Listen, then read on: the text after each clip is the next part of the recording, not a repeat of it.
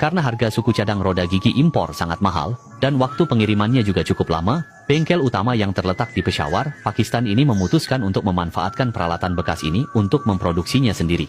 Meskipun lingkungan mereka biasa saja dan peralatannya sederhana, roda gigi helix ganda yang mereka buat benar-benar bisa menyaingi kualitas pabrikan aslinya. Dan balok baja segar yang baru saja diangkut dari pabrik baja ini adalah bahan baku untuk membuat roda gigi.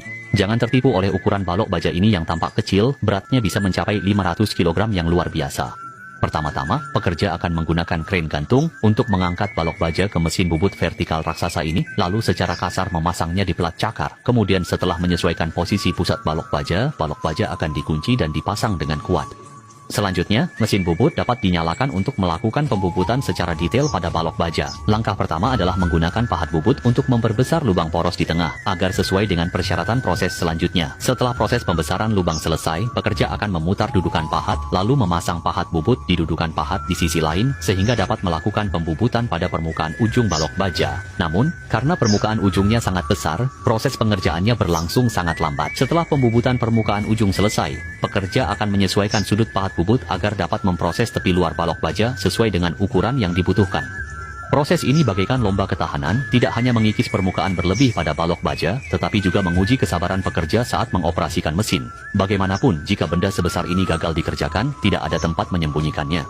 Selanjutnya, perlu pembubutan alur pemisah di tengah balok baja. Semua ini demi memastikan ketelitian proses pengerjaan. Oleh karena itu, perlu dilakukan pengukuran berkali-kali. Setelah proses pembubutan alur pemisah selesai, baja bilet perlu diangkat dan diputar arahnya agar bagian ujung lainnya dapat dibubut secara teliti menggunakan mesin bubut. Dengan demikian, dimensi keseluruhan baja bilet dapat menjadi presisi dan simetris, sehingga benar-benar siap untuk proses selanjutnya. Selanjutnya, baja bilet dapat diangkat menggunakan kren dan dipasang ke mesin gear hobbing. Untuk dapat memproduksi roda gigi dengan presisi tinggi, posisi baja bilet harus diukur dan disesuaikan dengan cermat sebelum akhirnya dikunci dan dipasang secara sempurna pada mesin gear hobbing. Setelah itu, mesin gear hobbing dapat dinyalakan untuk memproses baja bilet. Seiring dengan berputarnya pisau pemotong, permukaan baja bilet perlahan mulai memperlihatkan bentuk alur gigi. Namun karena roda gigi yang diproses cukup besar, kecepatan gear hobbing pun sangat lambat. Baru pada keesokan paginya, proses pemesinan pada satu sisi roda gigi selesai dilakukan. Selanjutnya, pekerja akan mengangkat dan memindahkan benda kerja dari mesin gear hobbing, lalu dengan teliti membuat garis penanda alur gigi di sisi lainnya dari benda kerja.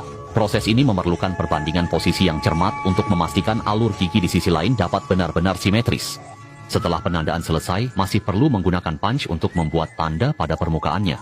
Setelah itu, benda kerja dapat diangkat dan dipasang kembali ke mesin gear hobbing untuk melakukan pemesinan pada sisi lainnya. Karena penandaan yang sudah dilakukan